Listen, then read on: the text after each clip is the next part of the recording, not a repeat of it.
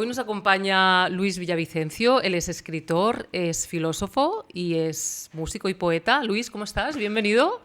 Muy bien, muchas gracias por invitarme. Gracias por estar aquí. Hoy Luis viene con su primer libro, El Camino Panteísta, es una espiritualidad revolucionaria que ha editado Kairos.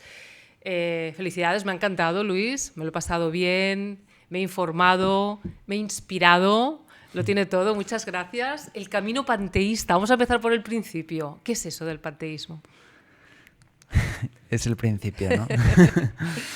El panteísmo, bueno, es una antigua y moderna, ¿no? Filosofía, pensamiento que se ha solido aplicar a autores, ¿no? Como Spinoza, Schopenhauer, a autores de la tradición oriental también. Lo que pasa es que yo tomo este término más filosófico y le doy unas cuantas vueltas, ¿no? Juego con él y busco utilizarlo para definir no ya un pensamiento, una filosofía específica, sino toda una espiritualidad, ¿no? Un sistema espiritual, con una filosofía, una práctica, una parte de compromiso social, y todo a partir de la idea germen del panteísmo etimológica, que es todo es Dios, ¿no? Esta es la semilla atómica, digo yo, porque es como una afirmación muy esencial, muy sencilla. Todo es Dios, pero que tiene consecuencias que se van desarrollando a lo largo del libro, a veces inesperadas, ¿no? Y eso es de lo que trata el libro. Has dicho alguna vez que, bueno, de alguna manera, este es el libro que te hubiese gustado leer a ti de joven, ¿no? Cuando tenías esa necesidad, o vino esa crisis, ¿no? O esa llamada, ¿no? A ir un poco más allá.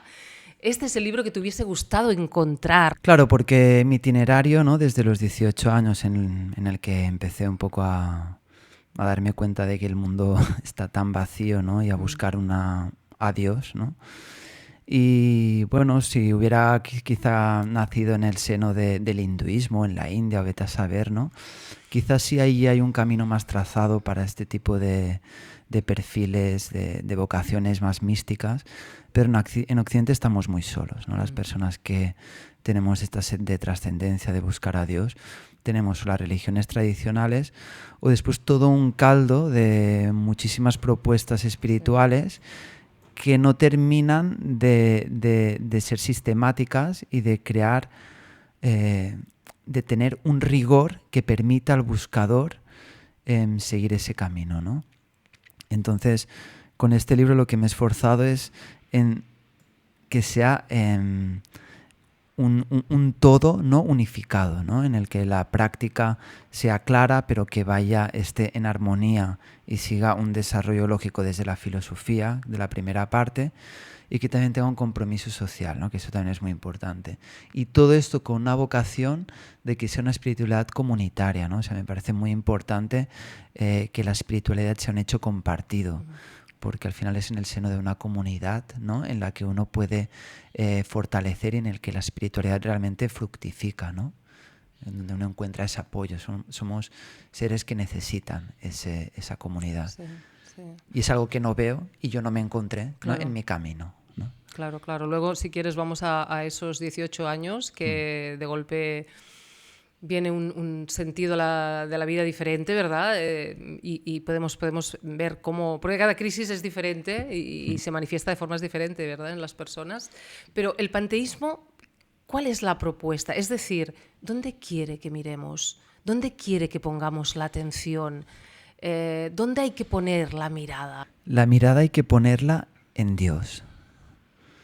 Vivimos en una sociedad muy materialista, ¿no? Que ha negado ese fundamento de la realidad que es Dios, entendiendo a Dios por conciencia, amor, felicidad, ¿no? Y al negar ese fundamento de lo real, nos hemos quedado huérfanos, confundidos, desamparados. Entonces mi propuesta busca que el ser humano vuelva la mirada a Dios, entendiendo a Dios no un ser del cual nos separa un abismo, ¿no? Como en la mayoría de monoteísmos, sino un ser que realmente permea la totalidad de la vida, de la naturaleza, el ser humano, incluso en una ciudad podemos ser capaces de mirar con esa profundidad y ver la belleza incluso en medio del asfalto, ¿no? Y es recuperar esa mirada a Dios por ser la realidad fundamental del universo. Eso es lo que pretende el libro, que volvamos la mirada a Dios, porque sin Dios el ser humano vaga sin rumbo. Claro. Pero bueno, el mundo tiene una idea preconcebida de qué es Dios. Claro. Y es la idea que nos traspasa a las generaciones, ¿verdad?, que venimos, ¿no? ¿Qué concepto, qué idea, qué creencia crees que tiene el mundo de qué es Dios? Claro, ahí tenemos el problema, ¿no? Que los filósofos pues, de la sospecha, ¿no? Tenemos a Nietzsche, a Freud, Marx, ¿no? Feuerbach, después la posmodernidad, ¿no? Se esforzaron en destruir a un Dios determinado, ¿no? Que era el Dios cristiano al final, el Dios del monoteísmo. Y esta es la idea que nos ha quedado de Dios, ¿no? Como un ser ajeno a su creación, que permanece aparte, que algunos místicos son capaces de contactar directamente, ¿no? Tenemos una Santa Teresa, un San Juan de la Cruz, pero que siempre al final nos devuelve a nuestro lugar en este valle de lágrimas, ¿no? Digamos, en esta creación que está aparte, ¿no? De Dios. Y mi esfuerzo, yo diría que el mensaje esencial de este libro es la propuesta de una nueva idea de Dios. Necesitamos el Dios de Spinoza, el Dios de Einstein, el Dios de los grandes sabios de Oriente. Ese es el Dios que necesitamos. Ya no nos vale el Dios separado de la realidad, el Dios que crea y aquí os apañáis, ¿no?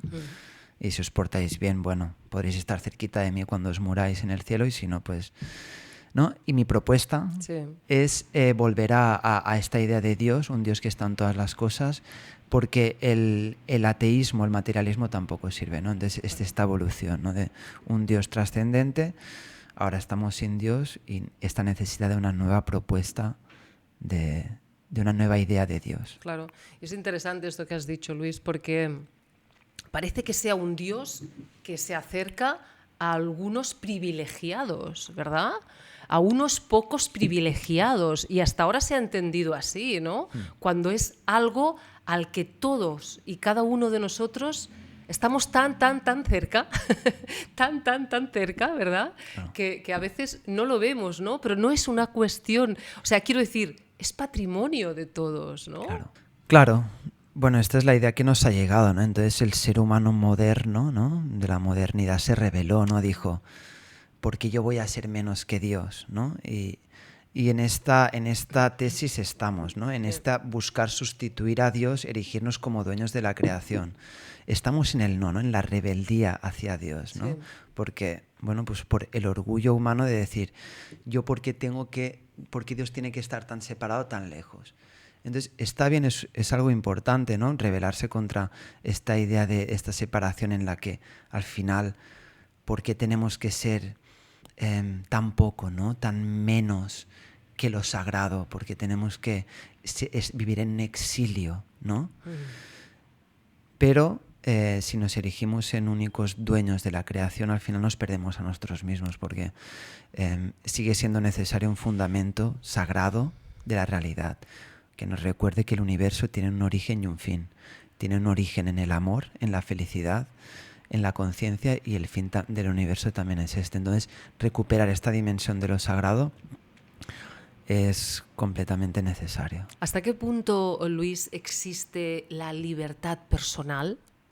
¿Y cómo se concilia la experiencia del yo individual, digamos, en esta idea de unidad absoluta de todo es Dios? Yo en el libro diferencio entre la verdad absoluta o el paradigma absoluto y el relativo, ¿no? Y digo que al final la verdad es paradójica, o sea, la razón a veces cuesta de captarla. Desde un punto de vista absoluto no hay libertad individual, ¿no? Porque el individuo es una apariencia. Es decir, si solo hay Dios, todo es Dios, como dice el término panteísmo, solo hay una voluntad, la voluntad de Dios. ¿no? Los cristianos, y yo lo digo en la oración, ¿no? Cuando se dice hágase tu voluntad, no es que tú pidas que se haga tu voluntad, la voluntad de Dios, es que solo hay la voluntad de Dios. Porque solo hay Dios. Él es como el fundamento, el único ser detrás de la multiplicidad de máscaras, de fenómenos que conforman el universo, ¿no? Y la experiencia sensorial. Entonces, desde un punto de vista absoluto, no hay libertad individual. Eso no quita que dentro de este mundo onírico en el que vivimos, de esta apariencia, de este mundo humano, no nos hagamos responsables de nuestras propias acciones. Claro.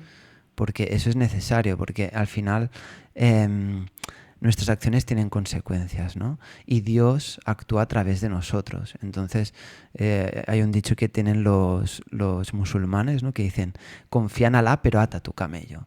Es decir, hágase tu voluntad, pero tú haz tu parte, ¿no? Haz tu parte. Claro, claro. Entonces, es llevar a cabo nuestra libertad, aun sabiendo que no somos libres, porque Dios es al final el sujeto último de libertad. Pero juguemos y llevemos a cabo acciones que no dañen, que nos beneficien a nosotros y al resto de criaturas, que es al final seguir la ética, ¿no? Cósmica, el dharma cósmico. Y lo sabes muy bien, ¿eh? Sientes muy bien cuando estás alineada a esa voluntad última que, bueno, no tiene nada que ver con tus deseos personales o con tus inquietudes o con tus creencias, ¿no? Pero siempre lo mejor para ti tiene que ser lo mejor para todos, ¿no? Claro. Claro, o sea, no hay nada que te beneficie a ti por encima de otra cosa, ¿no? Yo siento que eso es así, ¿no? Esa voluntad divina es unificadora, es amorosa, nos une a todos, ¿no? Claro, es que esto lo desarrollo bastante en el libro, ¿no? El tema de la ética, ¿no? Porque es muy fácil, ¿no? Si solo hay un ser y es al final el sujeto último detrás de todas las personas, de todas las criaturas que vemos y también de nosotros mismos, es decir, más allá de la mente, de las emociones, de los deseos, habita nuestra identidad última, que es el ser, ¿no? Claro. Entonces, el otro es un espejo de mí mismo, es yo mismo. Entonces, si le daño, yo me voy a estar dañando a mí mismo. Puede que cumpla un deseo temporal y momentáneamente consiga un beneficio, ¿no? Pero en última instancia me estoy dañando. Así como si lo beneficio, ¿no? Realmente el amor hacia todas las criaturas es una consecuencia espontánea de comprender la unidad final de la realidad, que todo es Dios. Y por lo tanto no hay nada fuera de ti, ¿no? No hay otro ser, ¿no? No hay otro ser más que un único ser, ¿no? Tomando lo que tú decías, multiplicidad de formas diferentes, ¿no? En este escenario de mundo. Claro. Pero sí, porque al final todo lo que haces fuera de ti te lo haces a ti, ¿no? Vienes a decir eso, ¿no, Luis? O sea, no hay dos seres, ¿no? Todo lo que haces te lo estás haciendo a ti, ¿no? Porque todo sucede en ti. Todo te está sucediendo en ti, ¿no? No hay dos seres, no hay dos, ¿no? Claro, al final lo que las tradiciones no duales de las que yo recojo bastante en mi libro, lo que están diciendo es que no hay dos, ¿no? Solo hay uno, ¿no? Entonces, vivimos en el ego, ¿no? Y para el ego es un sujeto respecto al mundo, que es el objeto, ¿no? Entonces se ven como dos entidades diferentes y el otro es un otro respecto a mí, ¿no? Claro. Entonces, bueno, el cristianismo, por ejemplo, intentó regular esto, ¿no? O sea, amaros, pero porque entonces iréis al cielo. ¿O por qué? No porque en el momento mismo que tú dañas, ya estás creando el infierno. Claro. Es que no es que tengas que esperar a morir, es que en el mismo momento, precisamente porque sujeto y objeto son ilusiones tras las cuales hay el mismo ser del que hablábamos, ¿no? Claro. En el mismo acto estamos creando el cielo y el infierno. Sí, en el mismo acto ya estás creando karma, ¿no? Que se dice, ¿no? En el pensamiento, ¿no? Sí, los budistas en esto son muy, muy sabios, ¿no? Y lo remarcan mucho. O sea, para ellos cualquier acción dañina está hiriendo tu propia mente. O sea, no hace falta ir más allá. Es ya una herida que te estás haciendo tú mismo. Lo que a veces, ¿no? El perdón, ¿no? Decimos, es que esa persona no se merece que se la perdone porque ha hecho algo terrible, pero ¿y tú te lo mereces? O sea, al no perdonar, te estás dañando a ti mismo, estás perpetuando un dolor en ti mismo. El otro es así. Sí, no nos damos cuenta de hasta qué punto, ¿verdad? Estamos acumulando culpa y proyectándola constantemente, ¿no? Acumulándola y proyectándola y no nos hacemos responsable, ¿no? Antes has dicho la palabra, hacerte responsable, porque en lo relativo lo somos. Claro. Se nos pide dar pasos en la vida. Estamos en un mundo de acción, ¿no, Luis? Claro. ¿Cómo no se nos va a pedir dar pasos adelante cuando se requiere, ¿no? Claro. Estás en un mundo de acción, es imposible. El que está sentado en un sofá está haciendo algo también. Claro, ¿no? Claro, exactamente. Esto yo lo remarco mucho en el libro, esta metafísica paradójica que llamo, en la que por una parte todo es Dios, no hay acción, porque realmente solo hay un ser, ¿no? O sea, ¿a dónde puede ir? No hay ni espacio ni tiempo en última instancia. Pero eso no significa que en el plano relativo en el que nos movemos, humano, en el que sí que hay egos, sí que hay motivaciones, deseos, no tengamos que asumir un compromiso radical con una acción que nos beneficie y que beneficie al resto, viviendo en una ética del amor, ¿no? Entonces es verdad que la acción no se puede evitar. Y eso es el problema de algunas interpretaciones del Advaita, del Vedanta Advaita, ¿no? Que caen en una, mira, ya todo es perfecto, ya todo... Y eso, ¿no? Porque todo es Dios, ya todos están iluminados, ya... Entonces se cae en una dinámica en la que se evaden responsabilidades, ¿no? Muchos de estos buscadores pues ni siquiera hacen un esfuerzo por avanzar hacia la luz en su propio desarrollo, porque si todo es Dios, la iluminación ni existe, porque es que ya soy Dios, ¿no? Claro. Y tenemos que ser realistas, ser prácticos y darnos cuenta de que aquí conviven dos planos, ¿no? El plano absoluto y el plano relativo. Y tratar de, sabiendo la verdad, actuar en este mundo en coherencia con esto, con lo que sabemos. Y en lo relativo sí tenemos, como dices tú en el libro, una escalera, sí tenemos unos niveles de conciencia y sí tenemos un crecimiento espiritual. Es cierto, o sea, en lo relativo se da todo ese viaje, ¿no? Es el viaje del héroe, ¿no? Al que todos estamos convocados. Sí, hay una evolución en el alma, ¿no? A través de las encarnaciones, y después, bueno, pues en cada vida, cada uno va intentando, algunos por lo menos, acercarse a un mayor nivel de compasión, de sabiduría, etcétera, ¿no? Y en esto sí que hay niveles. Ahora bien, también a veces quiero remarcar que nadie está a salvo. Claro. Nadie está a salvo. Entonces, por ejemplo, la disciplina panteísta combato, en cierta manera, ¿no? Esta idea de que cuando ya estás en cierto nivel ya no te hace falta, ¿no? En algunos autores, al menos yo lo he interpretado así, por ejemplo en Ken Wilber, cuando ya estás en cierto nivel ya lo demás ya no...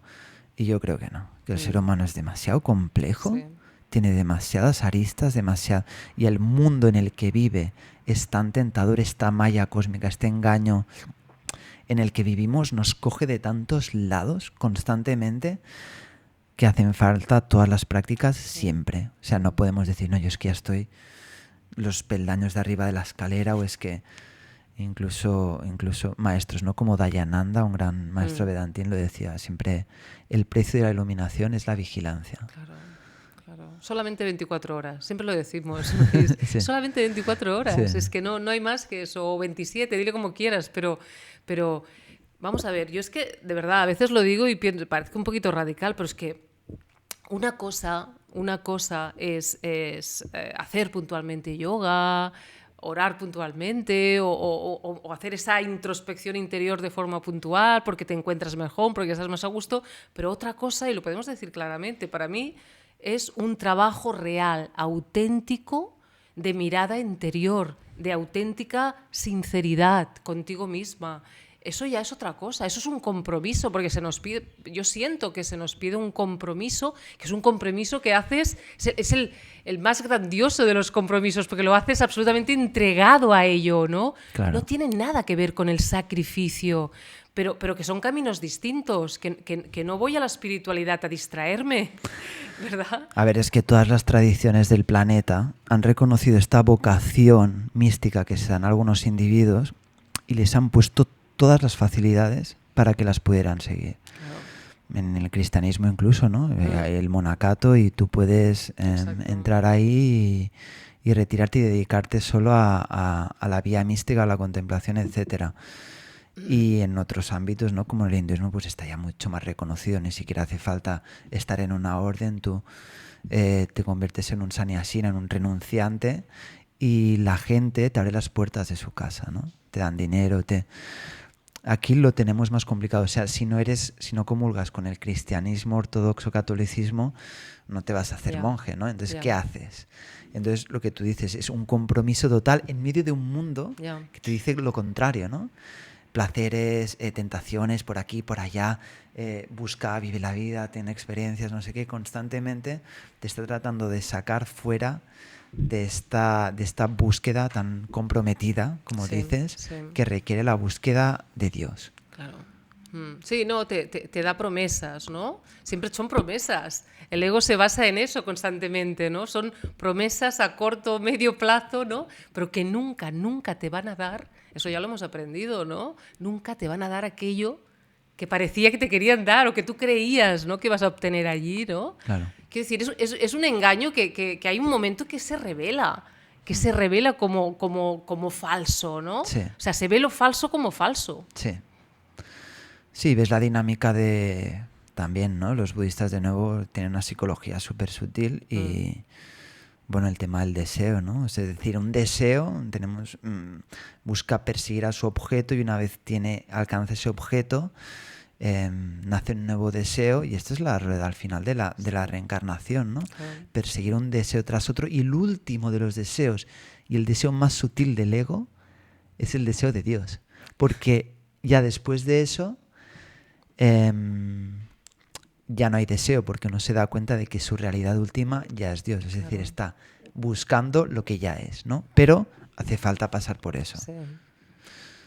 Sí, lo que el ego no está dispuesto de ninguna manera es llegar a la humildad que requiere abrirse, ¿verdad? Al no saber y esperar una respuesta, no tu respuesta, sino esperar, ¿no? Esa fase de la oración donde tú no sabes, ¿no? Donde tú te abres a recibir lo que sea, lo que venga, ¿no? Sin esperar nada, ¿no? Claro. Ahí el ego no llega porque el ego es capaz de matar antes de... Sí. Es capaz de morir, quiero decir, antes, morir matando, ¿no? Sí. Exacto. La entrega es lo más difícil para el ego. Sí. E incluso se maquilla de muchas maneras, ¿no? Porque... Sí, de buscador. El ego tiene muchísimos disfraces. Sí. Pero al final, la entrega es como lo último, ¿no? Cuando el ego se entrega y muere, es cuando Dios es a través de este organismo, ¿no? Ya no hay un sentido de identidad en el que nos creemos una persona en concreto, sino que ese sentido de identidad muere. Y la oración es un método muy, muy poderoso, sí. En el libro lo trato, que a veces desde, no sé, cierta mala interpretación también, es que yo no lo entiendo, porque si ves el hinduismo, la oración es muy importante, ¿no? Pero después nos ha llegado un yoga y una tradición de meditación en la que hemos perdido esa parte de la oración, de dirigirnos a un ser supremo en tanto que humanos, porque vale, que en última instancia todo es Dios.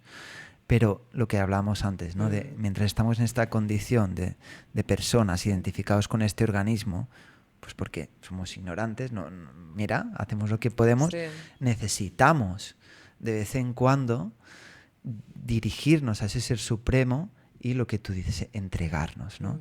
Y en esa entrega uno tiene mucha paz, es decir, la oración no significa estar pidiendo y conseguir lo que el ego quiere, lo contrario. Es entregar los deseos del ego y decir, Dios, haz lo que quieras. Claro. Y aquí encuentras lo más valioso, que es la paz.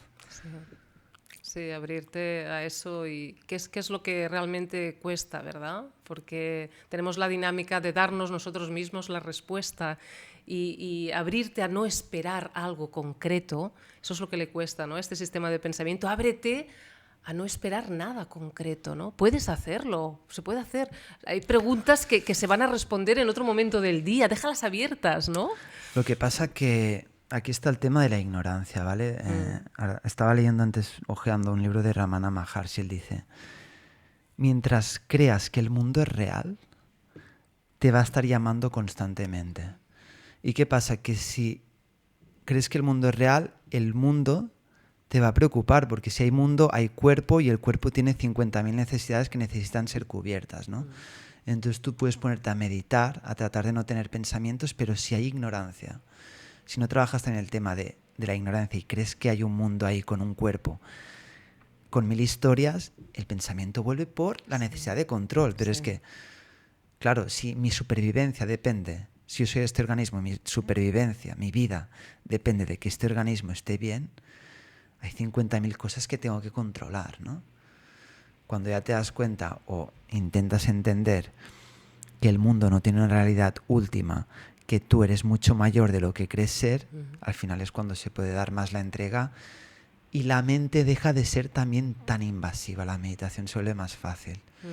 Eso es algo que, por esta disciplina panteísta que yo he descrito y muchas otras tradiciones, ¿no? Tienen muchos vericuetos, o sea, lo que decimos, ¿no? De la espiritualidad importada. Si meditas solo, la meditación es una herramienta, pero no puede ser lo único. O el yoga, ni la oración tampoco puede ser lo único. O la psicoterapia, ¿no? Tiene que ser un complemento de muchas cosas por razones como esta, ¿no? Sí, interesante la palabra que has usado, delegar. Bueno, no sé si la has dicho, a mí me ha llegado la palabra delegar, lo que nos cuesta delegar, ¿no? Y oye, no nos va nada mal, porque ¿quién hace la digestión aquí o quién respira aquí? Es que a veces, ¿qué estamos controlando, no? Claro. La pregunta es, ¿qué estás controlando? Porque aquí no controlas nada, ¿no? Aquí no controlamos nada, todo esto sucede. La vida sucede, ¿verdad? Tu corazón late y eso sucede, ¿no? Si dependiera de ti a veces respirar, te olvidarías. Claro. Sí, es la gran enseñanza del Bhagavad Gita, por ejemplo, que no somos autores de nuestras acciones, el único autor es Dios, ¿no? Entonces, queremos controlar lo incontrolable. Sí. Lo incontrolable. Y a veces la vida nos da no sé, yo qué sé, muere un ser querido, ¿no? Una enfermedad, 1000 historias que uno no se espera, y dices, lo tenía todo bajo control. Pero es que la vida, el universo, es un gran campo de conciencia, un gran campo de acción que nos trasciende. O sea, somos como una célula respecto a un organismo que queremos controlar. Sigue su propio curso la realidad. Entonces, nada hay más placentero. Esto también lo decían los estoicos, ¿no? Que está tan de moda. Y sé consciente de lo que no puedes controlar. Y ocúpate de lo poquito que sí que está en tu mano, ¿no? Y el amor fati, ¿no? El amor al hado, ¿no? Al destino. Es que en todas las tradiciones. Sí. Entonces, esto es muy importante recuperarlo. Todas las tradiciones convergen al final. Cuando se elevan, ¿no? Cuando ascienden, ¿no? En la cúspide, como tú dices en tu libro, que tú no lo hemos dicho, pero en tu libro es muy interesante que hay 3 autores que tú has elegido muy bien. Es Rumi, Shankara y el maestro Eker, ¿verdad? Sí. Que aparentemente empiezan el camino desde situaciones distintas, pero se unen en esa cúspide de la montaña, ¿no? Porque al final siempre están hablando de lo mismo, ¿no, Luis? Claro, es que se dice... es que eran de otras culturas, es que tienen un lenguaje distinto, crecieron en cosmologías, en sistemas de pensamiento, culturales, etcétera, distintos, pero la realidad es una, ¿no? Claro. Las realidades culturales son múltiples, pero la realidad ontológica es una. Entonces, si tú pones a una persona de Asia a meditar y pones a otra de Occidente, al final el fundamento de su ser es el mismo. Entonces, si lo hacen con suficiente profundidad, todos van a llegar a lo mismo. Sí. Hay un libro muy bonito que se llama El filósofo autodidacta, que es su origen es el Islam, ¿no? Está en la cultura del Islam y va de esto, ¿no? De un joven que se pierde en una isla, ¿no? Y ahí él solo llega a conclusiones que van mucho en coherencia con las tesis del sufismo, ¿no? Y bueno, y es que es así al final. Sí. La verdad es una, los caminos son muchos, pero la verdad es una. Es abajo de la montaña donde está la mente, que siempre se ramifica en 1000 caminos distintos, ¿verdad? Y ahí están todos los líos, ¿no? Claro, ahí están todos los líos. Por eso, no sé, también me parecía interesante, ¿no? Aunque no es el objetivo central del libro, ¿no? Pero, no sé... Este encuentro, ¿no? Sí, claro, que entendamos que detrás de la aparente diversidad, la diversidad es hermosa y es algo que tenemos que conservar, ¿no? Pero siendo conscientes de que en último término, detrás de la diversidad, hay un mismo ser humano. Sí. Somos uno, somos un solo ser. Entonces entendámonos, podemos entendernos. Y estos tres místicos vienen de espacios muy distintos, pero tienen más en común entre ellos, claro, porque justamente han trascendido sus paradigmas culturales y tal, que respecto a sus congéneres, ¿no? Sí. Y esto me parecía muy, muy bonito demostrarlo porque tiene mucha relevancia en el actual contexto en el que vivimos de polarización, de enfrentamiento con culturas ajenas, ¿no? Que no son ajenas, que es que somos una sola patria y una sola humanidad. Luis, ¿puede existir el mal si todo lo que existe es una expresión de Dios? Es como lo que he dicho antes, de que hay dos verdades, ¿no? Desde un punto de vista absoluto, el mal no existe. O sea, a nivel ontológico no existe, pues porque al final la idea que defiendo es que Dios es todo, ¿no? Por lo tanto, la diversidad es cada organismo, ¿no? Es una máscara al final de Dios mismo, ¿no? Detrás de cada ser hay una misma conciencia. Por lo tanto, la realidad, lo que vemos, tanto el mal como el bien, al final es un juego, es un espejismo, es una broma. El universo es una inmensa broma, ¿no? En la que o un teatro, ¿no? También puede ser una representación teatral en la que al final el actor, pues cuando termina la representación, se quita el personaje y se da cuenta de que está actuando, ¿no? Ahora bien, mientras estamos metidos en el personaje, por supuesto que el mal existe, porque el mal es el sufrimiento y verdad que todos sufrimos. Sí. Entonces, está bien saber que el mal no es el fundamento, o sea, el fundamento de la realidad es el bien, es amor, es conciencia, es felicidad, pero que el mal existe como un derivado, como una apariencia que vivimos un tiempo, pero que no es real. ¿Por qué? Pues porque no tiene permanencia. Ahora la vivimos, pero es posible trascenderla. Entonces, desde esta perspectiva panteísta, el mal no existe. No es, pero existe, ¿vale? O sea, no tiene un fundamento. Y esto justamente, en vez de ser una postura cínica, como algunos podrían ver, es todo lo contrario. Lo que aporta es esperanza. Claro. Esperanza de que es posible trascender este estado de sufrimiento en el que vivimos, justamente porque el fundamento de la realidad es el bien.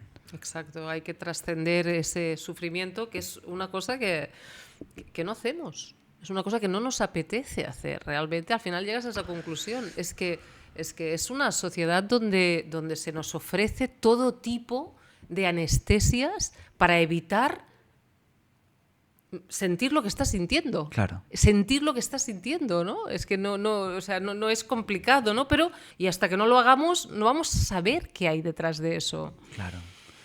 Claro, por eso esa, pues por ejemplo, la primera verdad del budismo, una de las 4 nobles verdades, que la vida es sufrimiento.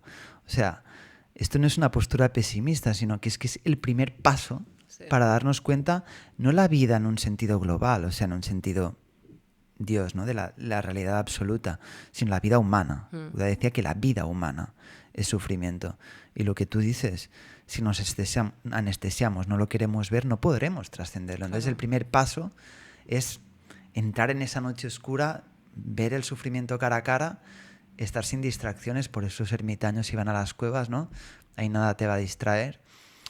Y enfrentar ese sufrimiento. Entonces, cuando tú veas el sufrimiento y también cobres conciencia de que ese sufrimiento está en ti, no te lo provoca tal o tal o tal, porque entonces sí que el sufrimiento físico, evidentemente, que con unas buenas condiciones económicas y sociales, pero el sufrimiento, estoy hablando del sufrimiento espiritual, Sí, que quede claro, ¿vale? El sufrimiento espiritual depende de uno mismo, ¿no?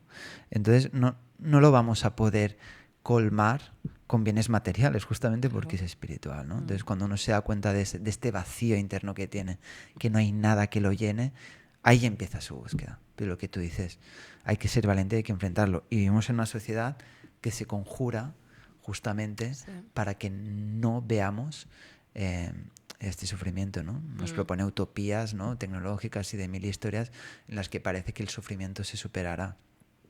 Sí que el sufrimiento físico se puede solucionar con medios físicos y tal, por supuesto que sí, y debe hacerse. Pero hay un tipo de sufrimiento que solo la espiritualidad puede solventar. Y antes estaba pensando en la pirámide de Maslow, ¿no? Sí. Que de alguna manera posterga ese encuentro contigo mismo hasta esferas muy arriba, ¿no? Casi la de arriba del todo, ¿no? Y es como, yo no sé qué piensas tú en relación, ¿no? Pero yo soy un poco crítica con esa pirámide porque no siento no me siento nada identificada. Y por otro lado, si postergas ese encuentro contigo mismo, todo va a ser más difícil, ¿no? Y la vida nunca te va a proponer ese momento de espiritualidad o ese momento de paz o ese momento de retirada o ese momento de cambiar el foco hacia ti. No hay tiempo nunca para ello, ¿no? ¿Te parece? Sí, pero yo sí que creo que debemos partir de unas condiciones materiales. Sí, lo comentas en el libro. Sí, buenas, y a partir de ahí yo sí pienso que, porque, por ejemplo, una persona que no tiene casa o que no tiene... Tú le hablas de Dios y te dice, ¿a mí qué me cuentas? Mi Dios es la comida, a mí dame de comer, ¿no? Entonces, o bueno, ya en unas condiciones mejores, ¿no? Alguien de clase trabajadora, para él su idea del paraíso será tener una mansión, una mujer ahí despampanante, un Ferrari, ¿no? Y ese es su sueño, ¿no? Ese es su Dios. ¿Qué pasa? Que el rico, el que ya tiene todo eso, ha llegado como al final de las necesidades como materiales y dice, hostia, es que no hay nada más. Claro que muchos no se dan cuenta, evidentemente. Pero cuando ya están esas necesidades, no solo cubiertas, sino recubiertas, ¿ya qué queda? O me queda la espiritualidad o ya no hay nada más, ¿no? Entonces, sí que pienso que que normalmente el ser humano necesita como partir de unas condiciones físicas, de un entorno también a nivel emocional, afectivo, ¿no? Óptimo, para que después pueda desarrollarse la espiritualidad, que no siempre pasa. También puede ser de otra manera.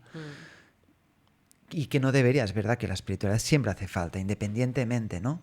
Pero lo que digo es que normalmente sí que tiende a seguir esa pirámide. Claro. Lo que yo he visto. Y a nivel social, quizá, espero que también, que ahora que hemos llegado a una sociedad de la opulencia, en la que vemos que por mucho que tengamos y que retengamos y que ya por la Navidad, ¿no? Antes era súper sencilla, ¿no? Todo muy sencillo y en eso nos llenaba, ¿no? Y ahora tiene que ser todo cada vez más complejo, más estimulante, ¿no? Y sigue sin saciarnos, ¿no? Y a nivel social yo creo que deberíamos llegar a un punto en el que nos demos cuenta de esto y que resurja un poco esta búsqueda espiritual, al menos en buena parte de la población. Hablas en tu libro, Luis, de dos herramientas principales para hacer ese camino interior. Es la vía del corazón, la vía del intelecto, que dices que es lo mismo, ¿no? De alguna manera. Una apertura del corazón es una apertura de la mente. Sí, lo que digo es que por mente entiendo tanto el intelecto como el corazón, sí. Porque a veces se asocia la mente al intelecto, pero claro, el corazón es como la mente sintiente, sí, ¿no? Sí. También es una forma, es como el hemisferio derecho e izquierdo del cerebro, ¿no? Entonces, claro. Además ya sabemos que tenemos neuronas claro, en el corazón, ¿no? Quiero decirte claro, que es nuestra mente, ¿no? Es exacto. Entonces la mente humana es tanto el corazón como el intelecto. Entonces creo que es necesario desarrollar ambas esferas. El corazón es como la sede de los sentimientos, ¿no? Y a estos sentimientos se le van superponiendo emociones dolorosas, ¿no? Desde que nacemos, traumas, mil historias, ¿no? Y hay que volver, hay que purificarlo de todas esas incrustaciones, ¿no? De todo eso que le hemos puesto encima para que vuelva a fluir el amor, ¿no? El amor, la alegría, lo que vemos tan natural en niños muy pequeños, ¿no? Y el intelecto es una vía más discursiva, ¿no? De la filosofía, porque hace falta una comprensión de la naturaleza de las cosas, de nuestra propia naturaleza, para desterrar la ignorancia, ¿no? Si el dolor y las emociones dolorosas son lo que busca purificar el camino del corazón, la ignorancia es lo que busca trascender o purificar la vía del intelecto para llegar a la sabiduría. Y esto ambos los englobo en el gran camino de la mente, que lo llamo gran camino porque también por lo que tú decías, porque pienso que tendrían que ser como para todo el mundo. Que antes hemos hablado de que hay vocaciones más místicas, ¿no? Digamos, gente que dedica las 24 horas a eso. Pero yo no quiero una espiritualidad elitista, ¿sabes? Que sea para unos pocos. Pienso que hay personas que no tienen por qué tener esta vocación y que así todo, estas dos vías sí que las deberían seguir, porque harían sus vidas más felices. Entonces ya, como para los más buscadores tal, está como la vía del espíritu, ¿no? Pero el corazón y el intelecto hace la vida mejor a cualquiera. Sea rico, pobre o tenga vocación más mística, ¿no? Sí, y después al final, no sé si te pasa a ti, pero llegas a la conclusión de que, oye, no todo el mundo tiene que despertar, ni todo el mundo tiene que empezar un proceso espiritual si no lo desea, si no lo siente verdaderamente. Claro, ¿no? claro. Es que es eso, es reconocer eso, ¿no? Sí. Porque me imagino que tú también habrás pasado por la fase de todos tendrían que ser como yo, es que sois ¿qué pasa? Sois unos Porque cuando lo ignorantes. descubres, ves el gran cambio que significa para ti, ¿no? Claro, y después ves a personas razonablemente satisfechas, ¿no? Claro. Que no saben de nada de esto, ¿no? Claro. Entonces dices, por eso la disciplina adventista tiene una parte que es para todo el mundo, ¿no? Que es lo que dice el intelecto y el corazón y el cuidado del cuerpo, ¿no? Eso sí que es como para todos, ¿no? Y después está lo que... Pero... Sí, reconocer la diversidad, que no todo el mundo está en el mismo momento evolutivo. Exacto. Y que no pasa nada. Al final, cuando vemos la realidad como es, nos damos cuenta que esto es una gran broma, ¿no? Y lo que decía antes, y que al final, mira, el espectáculo debe seguir. Sí, pero nos hemos olvidado de lo más importante, que es reírnos, ¿no? De esta gran broma, ¿verdad? Sí. Es ver el juego como juego. Y eso cambia, ¿no? Eso cambia, te cambia la vida totalmente. Es la aceptación absoluta, ¿no? Y esto es lo que, ¿no? En muchas tradiciones como el Zen, ¿no? La primera señal, ¿no? Muchas de las primeras señales de la iluminación es una risa, ¿no? Sí. Es como darte cuenta que estamos si ya está aquí? todo hecho, es todo perfecto, es todo como tiene que ser. Y es únicamente el ego, ¿no? El que dice, no, esto está mal, esto está bien. Al final, todo es como tiene que ser y todo lo que hemos tan seriamente al final es una broma. Esto cito a Alan Watts, ¿no? Que es un autor que me gusta mucho, que él remarcaba mucho esto, ¿no? De Dios como el gran bromista. Y me encanta porque se opone mucho a la visión que tenemos tradicionalmente de Dios, ¿no? Que es un ser ahí lo más serio que te puedas echar a la cara, ¿no? Y que tienes que hasta temerle y bueno, y al final... Yo creo que la idea más aproximada de Dios y la que me parece muy bella, ¿no? Es Dios como un gran bromista. Para el panteísmo no hay dos planos, ¿verdad? No hay un plano mortal ni un plano inmortal. ¿Qué significa la muerte para el panteísmo? ¿Qué significa la transición de la vida a la muerte? Claro, digamos que la realidad absoluta es Dios, ¿no? Solo hay Dios, ¿no? Pero dentro del mundo de la apariencia, ¿no? Dentro de esta malla, de este universo, sí que hay un mecanismo, ¿no? Sí. Y sí que hay individuos aparentes muriendo aparentemente y reencarnándose, ¿no? Dentro de un juego de una apariencia. No es que sea real, pero sí que dentro de la apariencia sí que existe pues esta transición. Existen muchísimos planos que no podemos tocar ni ver. O sea, sería muy cazurro o muy obstinado, cientificista, ¿no? Sería esta filosofía de la ciencia que quiere reducirlo todo a lo visible, y me parece muy miope, ¿no? Querer reducir la realidad a lo que podemos tocar y ver. Para mí existen muchísimos planos de los que venimos, a los que vamos al morir, en los que pueden vivir ángeles, otros seres desconocidos.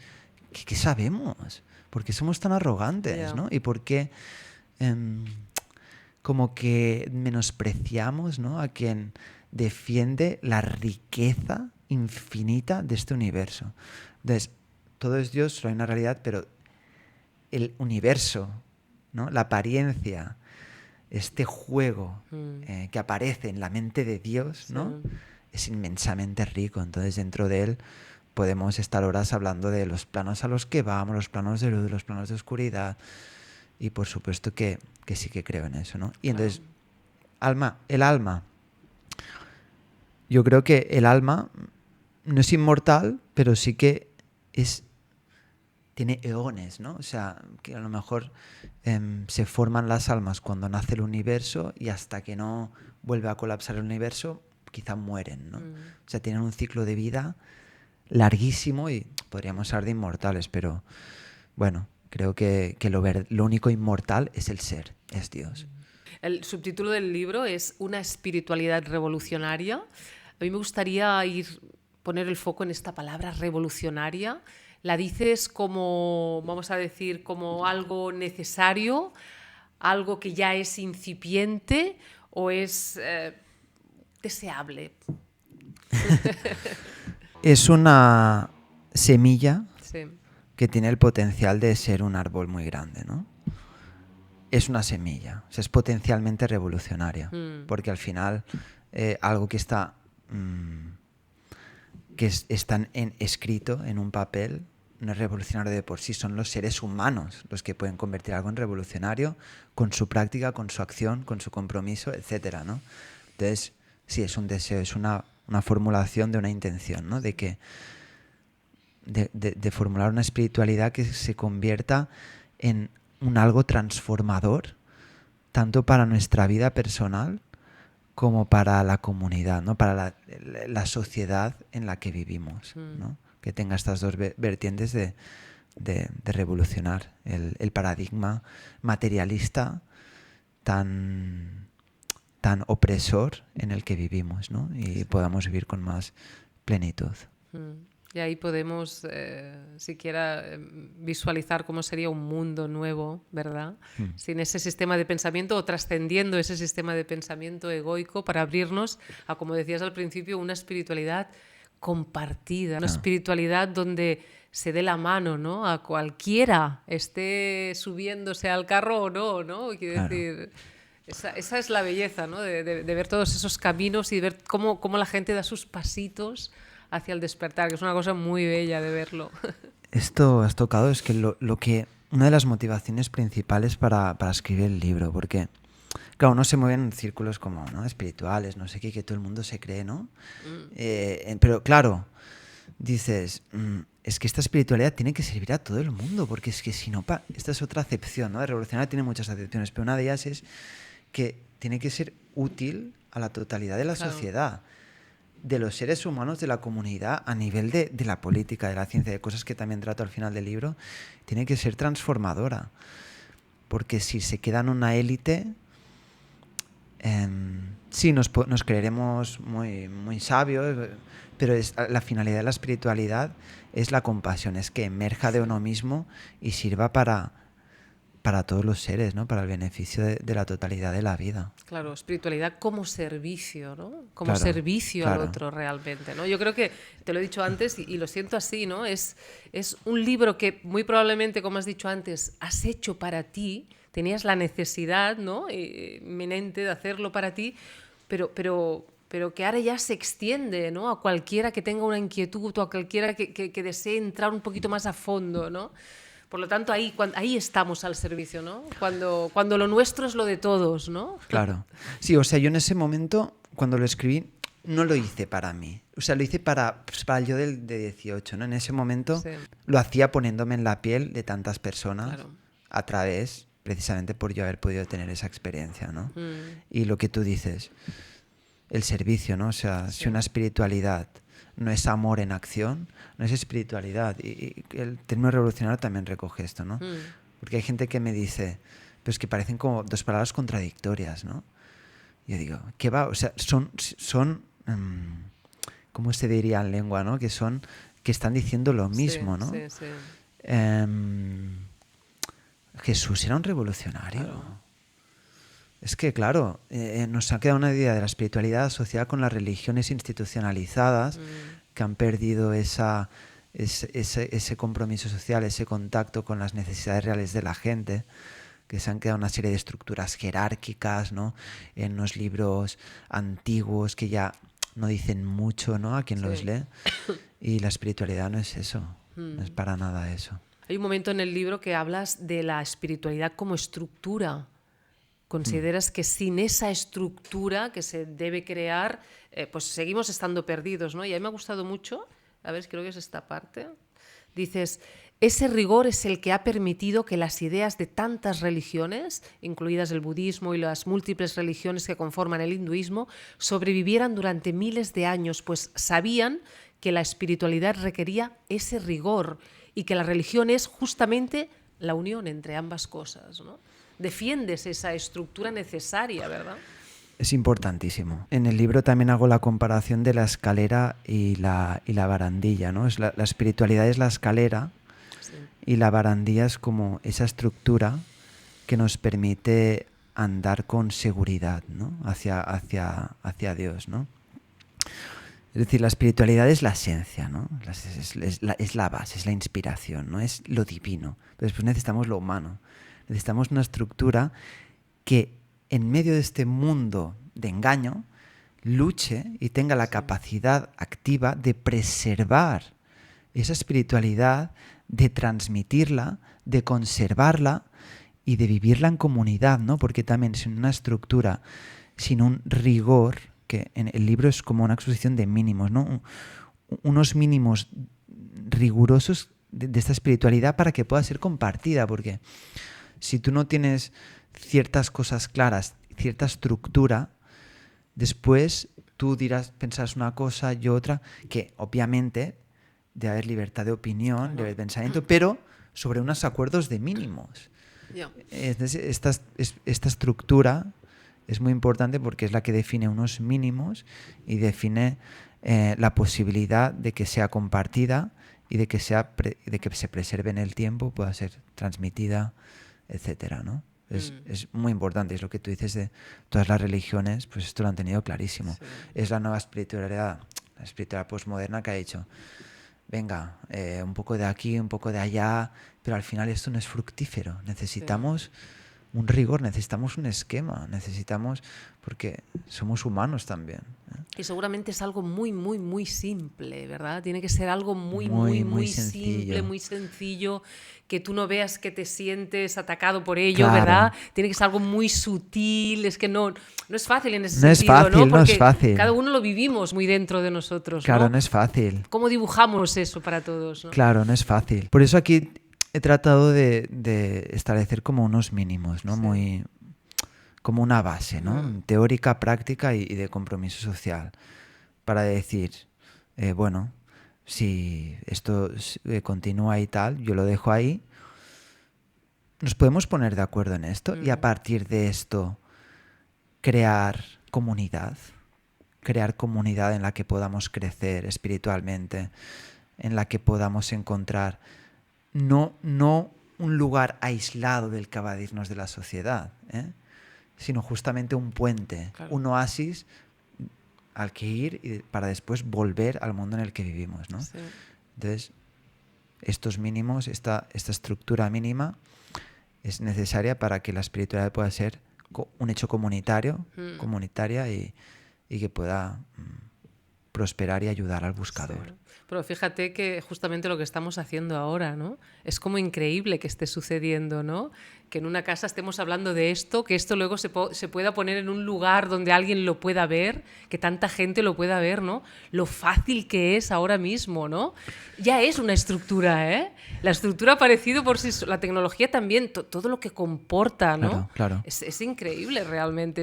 Hoy en día, pues bueno, Claro, es utilizar los medios humanos que tenemos, incluidos los tecnológicos, para un propósito superior. Sí. Lo que a veces se pierde de vista es que ponemos los fines tecnológicos como fin en sí mismo, Claro. y ahí nos perdemos. Sí. Tenemos que poner nuestra capacidad humana al servicio de valores superiores. Sí. Llámalo espiritualidad, llámalo Dios, llámalo amor, llámalo lo que quieras, pero tienen que ser ideales superiores que hagan nuestra vida mejor. Entonces, cuando la tecnología efectivamente sirve y se pone al servicio, esta estructura que hablamos, este hecho humano, se pone al servicio de Dios, ¿vale? Ahí cobra sentido, cobra relevancia y permite crear en cierta forma un poco de comunidad y llegar a gente. Sí. Es Sí. una maravilla y es un agradecimiento constante poder servir en ese sentido, ¿no? Claro. Luis, ¿cuándo empiezas tú a mirar? ¿Cuándo la vida te cambia el foco de mirar afuera, de estar perdido, de estar tan distraído por las formas del mundo, a poner el foco y mirar qué está pasando en ti, ¿no? ¿Qué está sucediendo en ti, ¿no? ¿Por qué y cuándo sucede? Pues bueno, yo fui a unos jesuitas, ¿no? Y cuando terminé era como que volví a nacer, ¿no? Y tenía todo, tenía una buena educación, podía ir a la universidad, tenía dinero, una buena familia, salud. Y dices, ahora acabo los estudios, puedo hacer lo que me dé la gana, y me vino una crisis brutal, ¿no? En la que nada tenía sentido, ¿no? De repente es como que sí, sentía un abismo frente a mí, un sufrimiento muy profundo, y yo no sabía lo que era, ¿no? Sí que siempre había tenido he sido muy poeta, muy músico, entonces me fui con la guitarra, ¿no? Por ahí, y en eso me gustaba la filosofía, cogí un libro de mi madre que se llamaba El Camino del Zen, me acuerdo, y poco a poco fui como investigando un poco. Conocí también a personas que se me pusieron por el camino, lo que decíamos, ¿no? A la aventura, ¿no? Sin nada controlado, ¿no? Yo sin dinero y sin nada me fui, dormía en albergues, dormía en parques, donde fuera, y fue un regalo, ¿no? A partir de ahí, entre la gente que conocí, algunos libros que cayeron en mis manos, pues me di cuenta de que lo que yo buscaba era Dios, ¿no? Era algo que estaba en mí, que el mundo no me podía dar. Por eso yo sentía ese vacío, porque cuando te das cuenta de que nada de fuera te motiva, nada de fuera te aporta esa ilusión, no es que haya algo malo en ti, es que te estás dando cuenta de que la felicidad, en último término, es tu naturaleza y la tienes que buscar en ti mismo, ¿no? Entonces, con 18 años volví del viaje y tal, y empecé a meditar. Y ahí, ¿no? Meditando, me di cuenta, hostia, es que me pongo así, siento esa presencia, ese amor en mí, esa felicidad, y estoy aquí solo sentado en mi habitación a oscuras, ¿no? Y digo, esto lo tengo que conservar, ¿no? Y tengo que buscarlo más y preservarlo, ¿no? Y se convirtió como en la finalidad de mi vida, ¿no? Buscar esa luz. Sí. También tuve, fue una experiencia con LSD también, que también tenía, en la misma época, ¿no? En las fiestas de Gracia, me acuerdo, y lo relato en un libro mío. Sí. Y fue como que me cayó de las manos. Con eso, obviamente, no quiero alentar las drogas, nada, pero a veces las drogas psicodélicas te pueden dar un toque brutal. Y a mí me sirvió, ¿no? Me di cuenta, ostras, este amor, esta felicidad.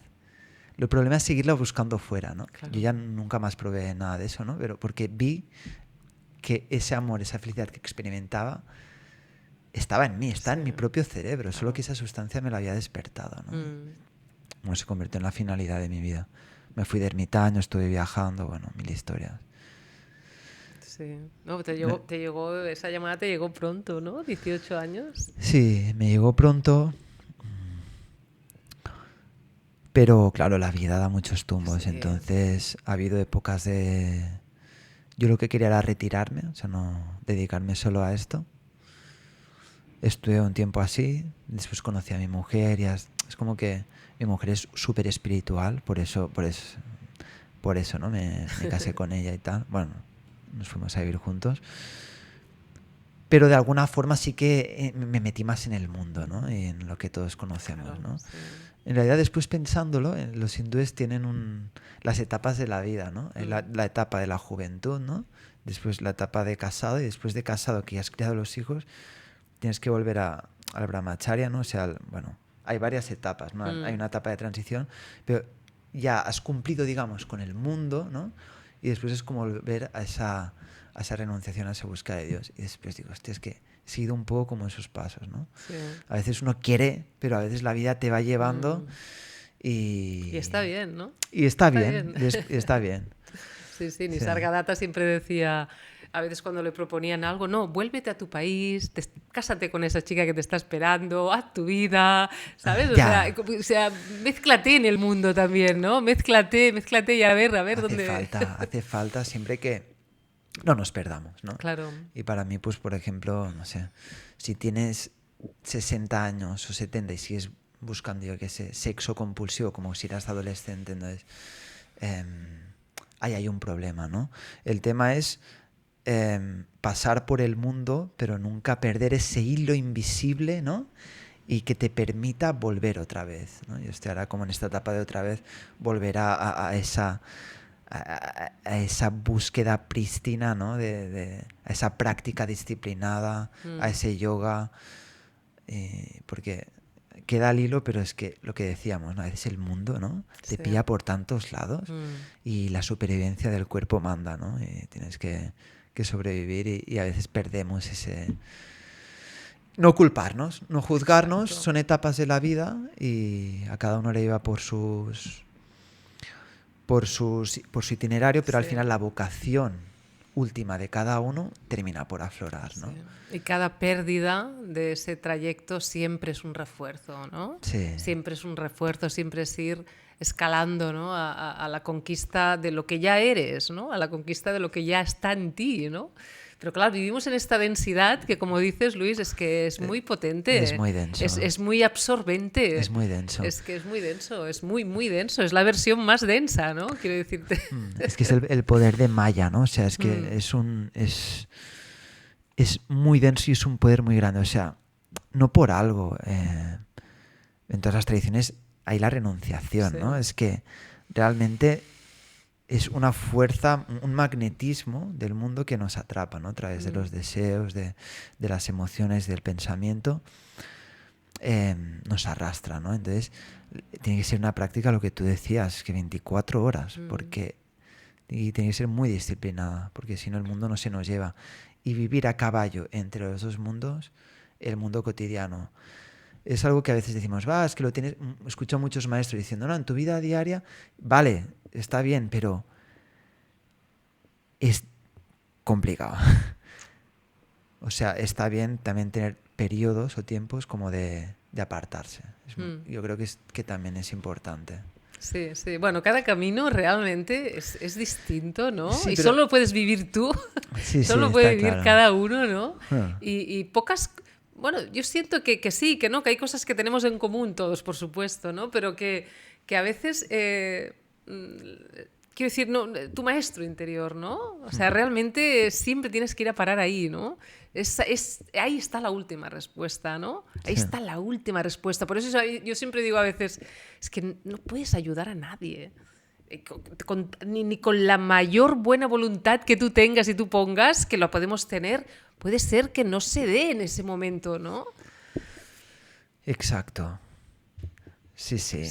Y esa es la belleza también, ¿no? Sí, es lo que hablábamos antes de esa época, ¿no? Que yo también tuve de que predicar.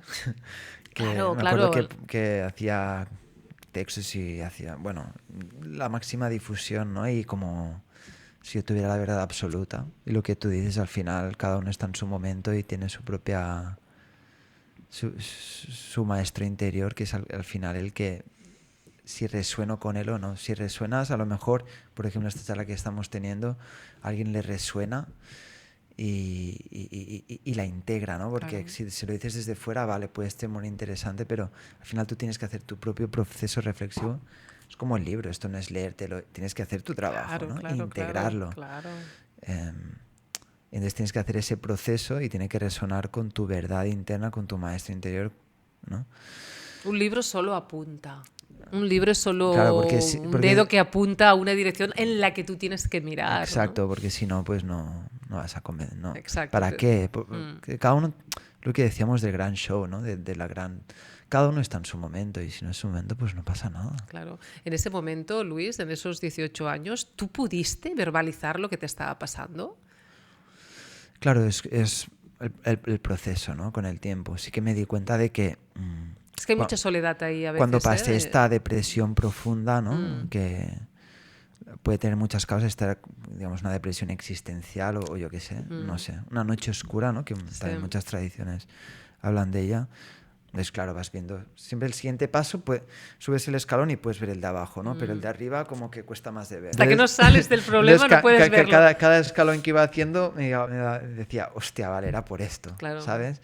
Cuando ya pasé esa época tan dura, claro, ya veía, ostras, esto fue un momento de transición que necesitabas pasar para llegar ahí. Lo triste, y esto enlaza con lo que tú comentabas antes, es esta sociedad que rechaza el sufrimiento, y pienso, por ejemplo, en alguien de hoy en día que tenga una depresión de este tipo, ¿no? Que no es por alguna patología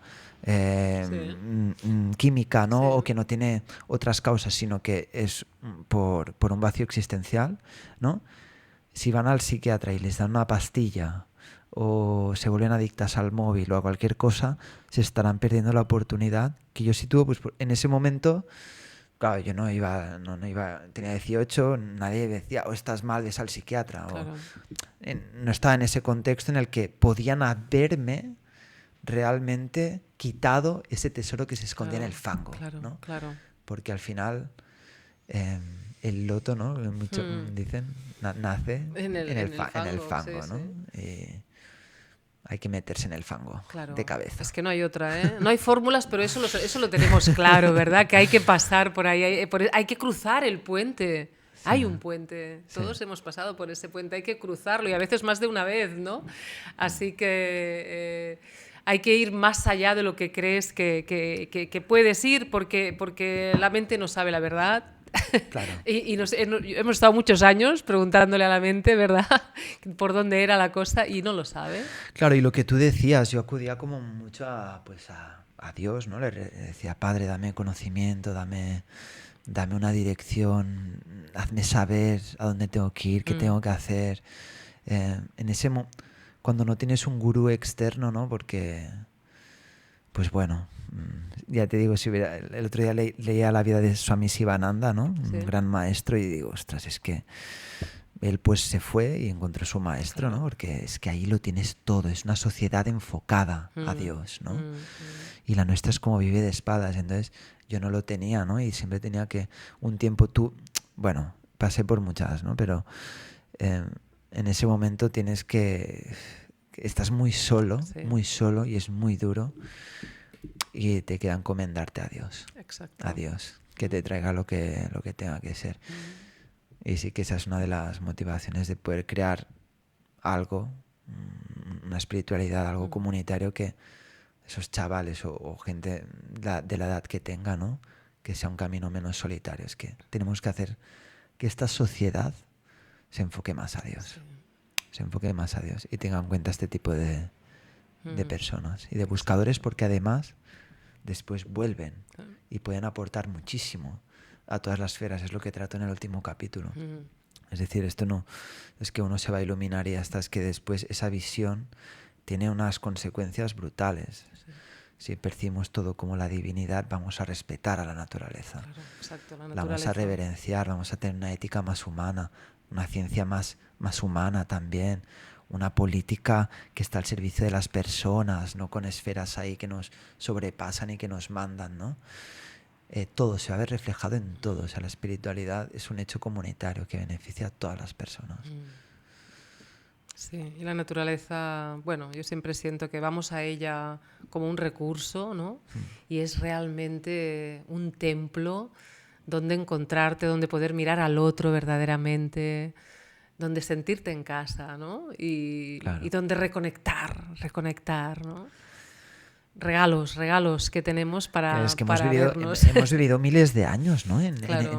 En la naturaleza, ¿no? Entonces, de repente sacas un pez fuera del mar y ¿qué le pasa? Se asfixia. Claro. Se asfixia y nos estamos asfixiando. Mm. Que son esta plaga de patologías mentales. Es un vacío espiritual y a la vez un vacío de una sociedad que vive de espaldas a la naturaleza. También Sí. es un vacío de no vivir en armonía también con nuestro cuerpo, ¿no? Porque el cuerpo tampoco es que... tampoco es...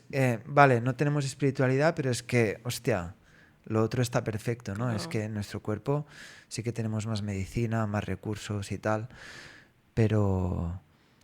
Vivimos no separados. hay una salud Sí, integral, y porque ¿no? vivimos separados también de nuestro cuerpo, ¿no? Y a veces pienso, Luis, que es como lo usamos como un esclavo, Sí. como alguien a tu servicio, ¿no? Ahora quiero que estés delgado, ahora quiero que estés así, ¿no? Es como, es brutal eso que hacemos con el cuerpo, lo maltratamos, ¿no? Sí. Le damos o mucho alimento o poco alimento, ¿no? O sea, no sabemos escucharlo, Mira, ¿no? tratamos al cuerpo como tratamos a la naturaleza. Exacto, Igual, sí, igual, como un igual. instrumento.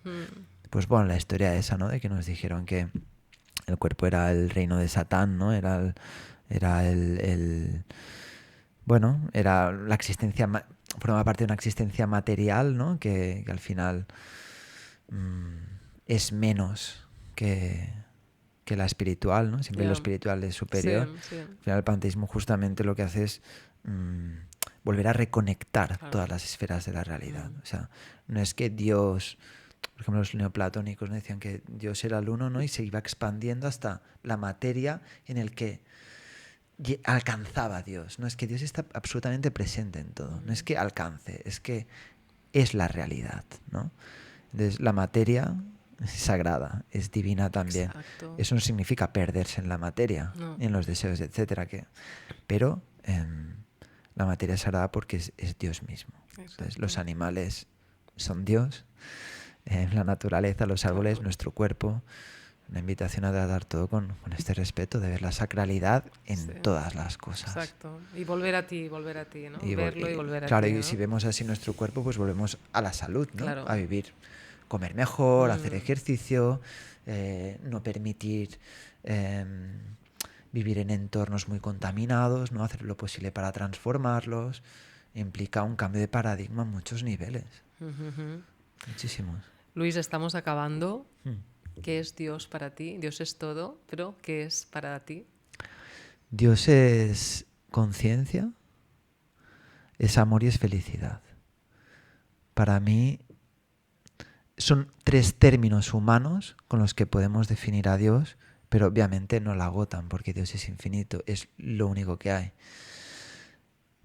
Pero en última instancia la naturaleza de Dios es eso.